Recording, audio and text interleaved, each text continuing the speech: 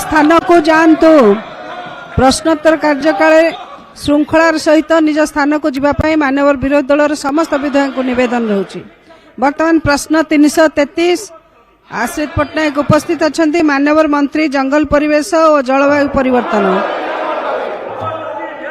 मानवर बाचस्पति महोदय मानवर विधायक जो प्रश्न कर महाप्रभु विश्व प्रसिद्ध रथयात्रा निमंते डेलांग डोमुका जंगल रेंज ठारे जो वन प्रकड़ परिचन्न वृक्षरोपण करा जायथिला एवं तार खर्च एवं कौ किसमर सबू लगी से विषय प्रश्न करते मो पाखे जहाँ तथ्य अच्छी खोर्धा बनखंडस्थ डेलांग डोमुका जंगल 2000 एवं 2001 आर्थिक वर्ष महाप्रभुंर विश्व प्रसिद्ध रथयात्रार रथ काठ निमंते जगन्नाथ वन प्रकल्प योजन गोटे स्थान में 72 हेक्टर परिमित अंचल वृक्षरोपण उपरोक्त वनीकरण मोट 8.87 लक्ष अर्थराशि व्यय 1.152 लक्ष वृक्ष चारा रोपित करा जायथिला। तन्मध्यरु वर्तमान शतकड़ा 30 भाग वृक्ष बंची रही गछगुड़िकर हाराहारी गोले 48 सेंटीमीटर एवं हाराहारी उच्चता 900 सेंटीमीटर रही। डेलांग ब्लॉक अंतर्गत ऐरावत पहाड़ और डोमुका जंगल मध्य जंगली घुषुरी गणना करा जाई नाही। वन्य प्राणी सुरक्षा पर सरकार निम्नलिखित पदक्षेप मान ग्रहण करुछंती। मान्यवर प्रश्नकर्ता आश्रित पट्टनायक। बाचस्पति महोदय जंगल परिवेश और जलवायु परिवर्तन मंत्री अनुग्रह करी कहिबे कि महाप्रभु विश्व प्रसिद्ध रथयात्रा निमंते डेलांग कोमका जंगल और रेंगलठारे जो वन प्रकल्प परिकल्पना जाई वृक्षरोपण कराई सेतिपई राजकोषरू केते टंका व्यय कराई यार वर्तमान स्थिति कौन जणाइबे कि डेलांग ब्लॉक ऐरावत पहाड़ और कुमका जंगल मध्य केते संख्यक जंगली घुषुरी अछंती गणना होइछि कि यदि हाँ तेबे सेमानक संख्या केते एई वन्यजंतु मानक सुरक्षा पई सरकार की पदक्षेप नैछंती अवगत करिवे कि।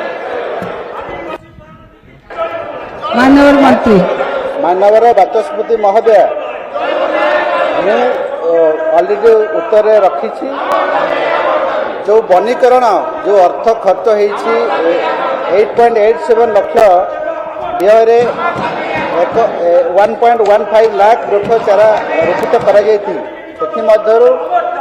33 भाग वृक्ष बंची रही। गछगुड़िकर हाराहारी गोले 48 सेंटीमीटर और हाराहारी उच्चता 9 सेंटीमीटर।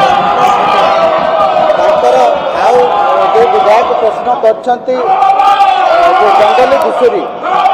जंगली घुषुरी वन विभाग वर्तमान तार कौन से गणना करूनी ए विषय भविष्य में कौन सी यदि आसे प्रश्न कि अन्य डिपार्टमेंट निश्चित भाव में विभाग तर्जमा करके मान्यवर विधायक गणेश जगदेव। बाचस्पति महोदय आपण जरिया मान्यवर मंत्री महोदय को मु अनुरोध करुच्ची खोर्धा निकटस्थ बरुणई पहाड़ सेटा फरेस्ट विभाग अंडर जाउची मोर अनुरोध से बरुणई पहाड़ को इको टूरिज्म सेंटर करबा पई जंगल मंत्री अनुग्रह करिवे कि। मानवर बाचस्पति महोदय विधायक जो उद्वेग डिपार्टमेंट सहित डिस्कसन करिक निश्चित भाव में उड़ीसा रे विभिन्न जंगल विभाग अधीन जो जो टूरिज्म प्लेस अच्छी निश्चित भाव में ताको नियाजिबो बोली चलित वर्ष 2024 रे ताको विचार को निया जाउछि। मान्यवर विधायक श्री संतोष खटुआ। बाचस्पति महोदय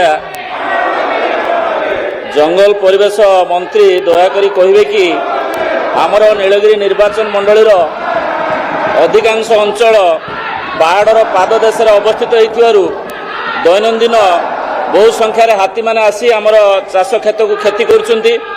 ଆଜି ସକାଳେ 2ଟି ହାତୀ ଆସି ଜନବସତି ଭିତରେ ପଶି ବହୁତ କ୍ଷତି କରିବା ସହିତ ଚାଷର ବହୁତ କ୍ଷତି କରିଛନ୍ତି ଏବଂ ସୋଲାର ଫେନ୍ସିଂ ହେବା ପାଇଁ ଯୋଜନା ହେଉଥିବା ବେଳେ ସେଗୁଡ଼ିକ ସିମେଣ୍ଟ ପିଲରରେ ସୋଲାର ଫେନ୍ସିଂ ହେଉଥିବାରୁ ସେଗୁଡ଼ାକ କାଳକ୍ରମେ ଭାଙ୍ଗି ଯାଉଛି ଏବଂ ତାକୁ ମଜବୁତ ସୋଲାର ଫେନ୍ସିଂ କରିବା ସହିତ ଜନବସତିକୁ ହାତୀମାନଙ୍କ ଦାଉରୁ ରକ୍ଷା କରିବା ପାଇଁ କିଛି ପଦକ୍ଷେପ ନେବେ କି? ମାନ୍ୟବର ମନ୍ତ୍ରୀ। ନିଶ୍ଚିତ ଭାବରେ ସମଗ୍ର ରାଜ୍ୟର ହାତୀମାନଙ୍କର ଏବଂ ମଣିଷଙ୍କର ଭିତରେ ଯେଉଁ କନଫ୍ଲିକ୍ଟ ସୃଷ୍ଟି ହୋଇଛି ବିଭାଗ ଏଥିରେ ଅବଗତ ଅଛି। ବିଭାଗ ତାକୁ ତର୍ଜମା କରିକି ଲୋକମାନଙ୍କର ମୌଳିକ ସୁବିଧାଠୁ ଆରମ୍ଭ କରି ବିଭିନ୍ନ ପ୍ରକାର ହାତୀମାନଙ୍କ ଅବଗତ ଅଛି। ତାକୁ ଆଖି ଆଗରେ ରହିକି ଜଙ୍ଗଲ ବିଭାଗ ଯେଉଁ ଅଞ୍ଚଳରେ ହାତୀମାନଙ୍କର ଅଧିକା କ୍ଷୟକ୍ଷତି ହେଉଛି ସେ ବିଷୟରେ ସୋଲାର ଫିନିସିଂ କରାଯାଉଛି ଏବଂ ତାର ଯେଉଁ ପରିସରରେ ଟ୍ରେନ୍ ମଧ୍ୟ ଖୋଳାଯାଉଛି। ଏଭଳିଆ ବିଭିନ୍ନ କାର୍ଯ୍ୟକ୍ରମ ନିଆଯାଉଛି।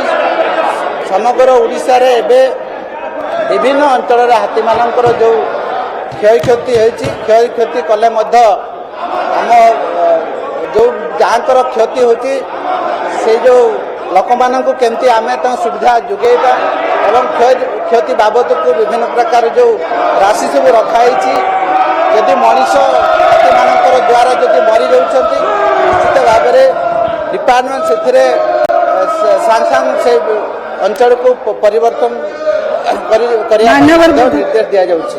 ମାନ୍ୟବର ବିଧାୟକ ଦୁର୍ଗା ପ୍ରସନ୍ନ ନାୟକ। ମନ୍ତ୍ରୀଙ୍କର ଯେତିକି ଉତ୍ତର ଶୁଣିଲେ ଆଶା ସଞ୍ଚାର କରୁଛି ଆଗାମୀ ଦିନରେ ନିଶ୍ଚିନ୍ତ ଜଙ୍ଗଲ ଏବଂ ତାର ଏ ବିଷୟରେ ଅନେକ ସୁଧାର ଆସିବ। ମୋର ଖାଲି ଗୋଟେ ପ୍ରଶ୍ନ ପଚାରିବାର ଥିଲା ଯେ ମୁଁ ଯେଉଁ ଅଞ୍ଚଳରୁ ଆସୁଛି ମହାକାଳପଡ଼ା ତଥା କେନ୍ଦ୍ରାପଡ଼ାରେ ସେଠି ଅନେକ ପ୍ରକାର ବାରହା ଆଉ କୁମ୍ଭୀରମାନଙ୍କର ଯେଉଁଭଳି ଇଏ ଅଛି ଲୋକମାନେ ନାହିଁ ନଥିବା ଅସୁବିଧାର ସମ୍ମୁଖୀନ ହେଉଛନ୍ତି। ଦୟାକରି ମନ୍ତ୍ରୀ ମହୋଦୟ ଟିକେ ଉତ୍ତର ଦେବେ କି ବର୍ତ୍ତମାନ ଏଇ ଯେଉଁ ଜନଜୀବନ ସେଠି ହାନି ହେଉଛି ତା ପାଇଁ ବର୍ତ୍ତମାନ କ'ଣ ପଦକ୍ଷେପ ନିଆଯାଇଛି? ମାନ୍ୟବର ବାଚସ୍ପତି ମହୋଦୟ ମୁଁ କହି ରଖିଛି ଯଦି କୌଣସି ଅଞ୍ଚଳରେ ଏଭଳିଆ ଘଟୁଛି ନିଶ୍ଚିତ ଭାବରେ ଆମେ ଜଙ୍ଗଲ ବିଭାଗକୁ ନିର୍ଦ୍ଦେଶ ଦେଇଦେଉଛୁ ତୁରନ୍ତ ଜାଗାକୁ ପହଞ୍ଚିକି ତାଙ୍କର କ'ଣ ସବୁ ପ୍ରୋବ୍ଲେମ୍ ଅଛି ଯଦି ସେଭଳିଆ ନିର୍ଦ୍ଦିଷ୍ଟ ଭାବରେ ଯଦି ଆସୁଛି ସେ ଅଞ୍ଚଳରେ ତାକୁ ଆମେ କେମିତି ରୋକାଯାଇ ପାରିବ